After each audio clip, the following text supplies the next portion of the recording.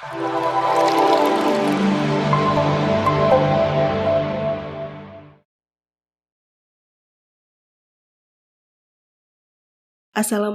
warahmatullahi wabarakatuh. Sahabat Muslim, Konstantinopel adalah suatu daerah yang nyaris tak bisa ditembus oleh bangsa manapun. Dengan arsitektur pertahanan berupa tembok yang sangat tebal dan tinggi, hingga tak terbayangkan oleh insan muslimin yang belum pernah menyaksikannya. Parit yang sangat dalam dan lebar adalah awal dari pertahanan Konstantinopel. Bangsa Serbia pernah mencoba menggali terowongan di bawah tembok Konstantinopel dan berakhir gagal. Tembok itu tak pernah tertembus selama 1123 tahun, sampai akhirnya Muhammad Al-Fatih yang saat itu berusia 21 tahun berhasil menjebolnya. Bagaimanakah cara Muhammad Al-Fatih dalam menjebol tembok yang nyaris mustahil tersebut hingga akhirnya berhasil menguasai Konstantinopel? Simak terus video cerita Islami ini hingga akhir agar sahabat tidak melewatkan sedikit pun informasi yang kami bagikan. Dan sebelumnya, jangan lupa untuk mengklik tombol like, subscribe, dan lonceng notifikasi channel Cerita Islami agar sahabat muslimin tidak melewatkan video-video dakwah Islami dari kami. Jika sahabat muslimin mempunyai ide dan saran untuk video dakwah selanjutnya, jangan ragu untuk meninggalkan komen di kolom komentar. Dahulu, Orban, seorang Kristen dari Hungaria dan seniman senjata pada zamannya, menemui Muhammad Al-Fatih untuk menawarkan senjata kepada beliau. Karena dia tinggal di Konstantinopel dan tidak digubris oleh Raja Konstantinopel, Muhammad Al-Fatih tanpa basa-basi langsung bertanya kepada Orban, mampukah Orban membuat senjata yang bisa melontarkan proyektil yang sangat besar dan berat? Orban lalu bertanya, apakah Muhammad Al-Fatih ingin menyerbu Konstantinopel? Muhammad Al-Fatih tidak menyangkalnya. Orban merasa inilah suatu kebetulan, karena dia tinggal di Konstantinopel selama setahun dan tidak dibayar sama sekali. Senjata itu bernama The Great Turkish Bombard, dengan berat 18,2 ton dan panjang 5,2 meter. Ini bukanlah senjata yang umum. Meriam ini berkaliber 0,7 meter dengan peluru seberat 680 kg dan terbuat dari besi dan tembaga tuang. Terbayang betapa berat senjata ini. Saking beratnya, senjata ini dibuat menjadi dua bagian untuk memudahkan dalam membawanya. Saat demonstrasi senjata, Muhammad Al-Fatih terlihat terkesan dan menyuruh Orban membuat ukuran 8,4 meter. Terbayang proses pembuatannya yang rumit. Karena pada zaman itu untuk mencetak besi, mereka menggunakan tanah liat. Jadi apa yang Orban lakukan untuk membuatnya? Dia menggali tanah, membentuknya sesuai ukuran meriam dan mencetak meriamnya di lubang tersebut. Keseluruhan ada 69 meriam yang terdiri dari satu meriam raksasa, satu meriam berukuran normal, dan sisanya meriam reguler berukuran 3-4 meter. Saat ini meriam tersebut dapat dilihat di Museum Inggris. Setelah pasukan terkumpul, Muhammad Al-Fatih memulai penyerbuannya ke Konstantinopel. Beliau menyerbu dari 3 arah, yaitu dari Teluk Tanduk Emas, Laut Marmara, dan tembok Konstantinopel, dengan titik penyerangan dari Edirne. 400 kapal perang Bireme yang beberapa dikirim ke Selat Tanduk Emas disiapkan oleh Muhammad Al-Fatih untuk penyerangan ini. Total ada sekitar 250.000 pasukan muslim beserta meriam-meriam mereka berjalan untuk menyerang Konstantinopel. Dan Aksamsuddin, guru Muhammad Al-Fatih yang menentukan waktu penyerangannya. 40 kerbau dan 100 orang dikerahkan untuk menarik meriam-meriam itu sampai ke lokasi perang. Para mujahid berkata, matahari tak akan mengenai terompah kami karena banyaknya panji-panji kami, dan malamnya tidak ada yang bisa melihat bumi karena tertutup oleh kemah-kemah kami.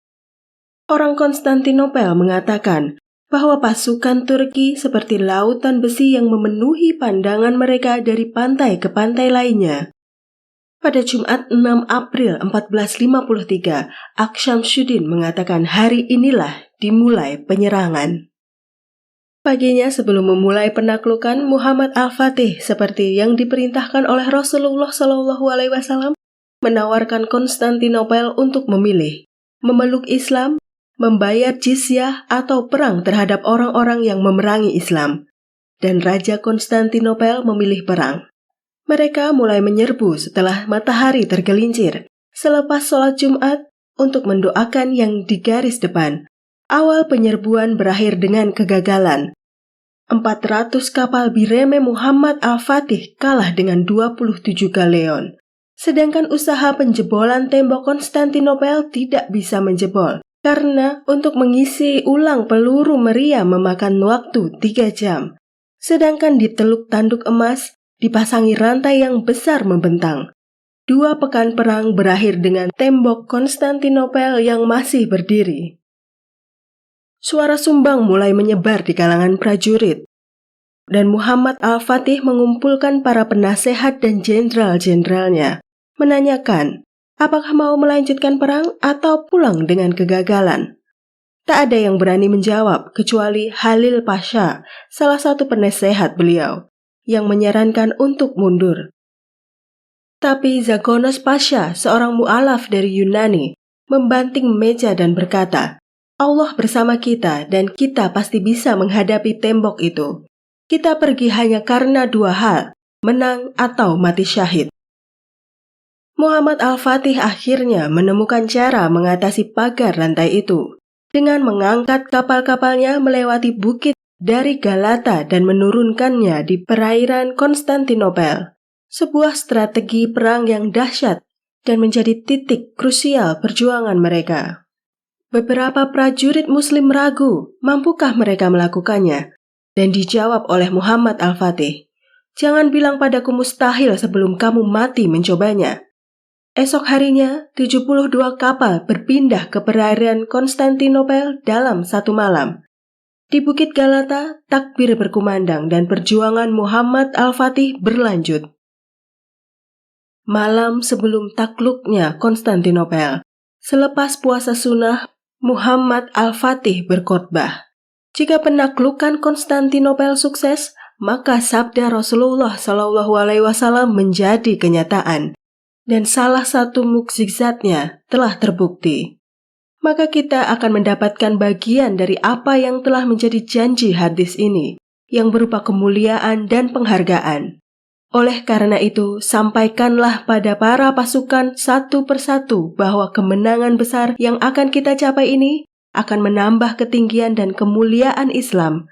Untuk itu, wajib bagi setiap pasukan menjadikan syariat selalu di depan matanya, dan jangan sampai ada di antara mereka yang melanggar syariat yang mulia ini. Hendaknya mereka tidak mengusik tempat-tempat ibadah dan gereja-gereja.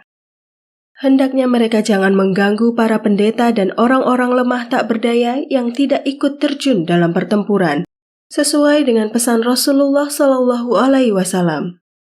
Esoknya, Muhammad Al-Fatih menggempur Konstantinopel dalam 3 gelombang serangan, dan Konstantinopel pun takluk. Beliau masuk ke Konstantinopel melalui gerbang Charisius pada 29 Mei 1453, sembari berkata, Alhamdulillah, semoga Allah merahmati para syuhada, memberikan kemuliaan kepada para mujahidin, serta kebanggaan dan syukur pada rakyatku.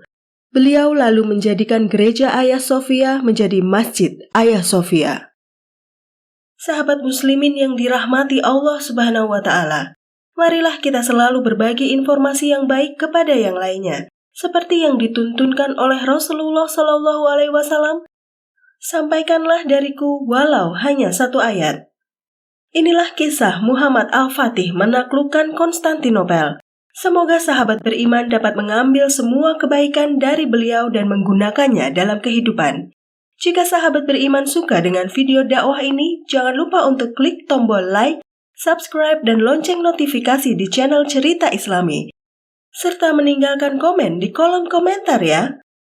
Terima kasih dan sampai jumpa di video selanjutnya dari kami. Wassalamualaikum warahmatullahi wabarakatuh.